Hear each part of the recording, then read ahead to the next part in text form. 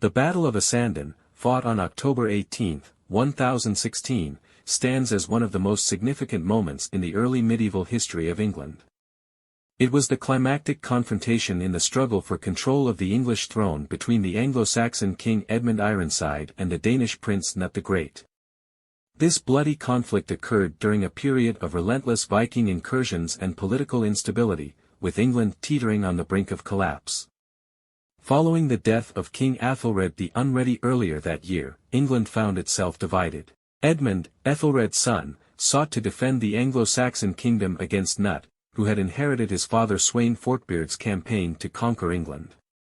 Edmund Ironside, renowned for his resilience and tenacity, had proven himself a formidable leader in the months leading up to the battle. Despite being vastly outnumbered and facing a well-organized Danish army bolstered by Anglo-Danish allies, he managed to score several victories, including the notable skirmishes at Otford and Brentford.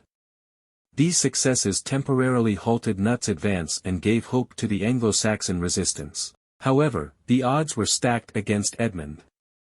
Cnut was a seasoned leader with a disciplined force of Viking warriors who had been hardened by years of raiding and conquest. The Danes controlled much of the north and east of England, particularly the Danelaw regions, and were further strengthened by the treachery of Edric, the Earl of Mercia, who defected to Cnut's side during the critical moments of the campaign. The battlefield at Assandun, likely located in modern-day Ashington in Essex, became the stage for this decisive encounter. The fighting was fierce and chaotic, with both sides engaging in brutal hand-to-hand combat typical of the era.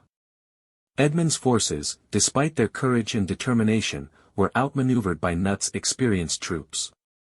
The betrayal of Edric proved disastrous for the Anglo-Saxons, as his defection caused confusion and weakened their lines at a critical moment. Chroniclers like those of the Anglo-Saxon Chronicle described the battle as a scene of unimaginable carnage, with the fields drenched in the blood of the fallen. Cnut emerged victorious, and the consequences of this defeat for the Anglo-Saxons were profound. In the aftermath, Edmund and Cnut negotiated a compromise, known as the Treaty of Alney. Under this agreement, England was divided. Edmund retained control of Wessex, while Cnut ruled over the rest of the kingdom. However, the arrangement was short-lived. Edmund died unexpectedly only a few weeks later, possibly from wounds sustained in battle or from illness, leaving Cnut as the sole ruler of England. This marked the beginning of a new era in English history, as Cnut established himself as a powerful and pragmatic king. His victory at Assandun not only secured the throne but also laid the foundation for the North Sea Empire, which united England, Denmark, and Norway under his rule. To commemorate his triumph and honor those who fell in the battle, Cnut ordered the construction of a church at Ashington. This act of piety was part of his broader effort to consolidate his power and project an image of legitimacy and devotion to his new subjects. The Battle of Assandun thus became a symbol of the Viking transformation of England, blending Scandinavian and Anglo-Saxon traditions in a new political order.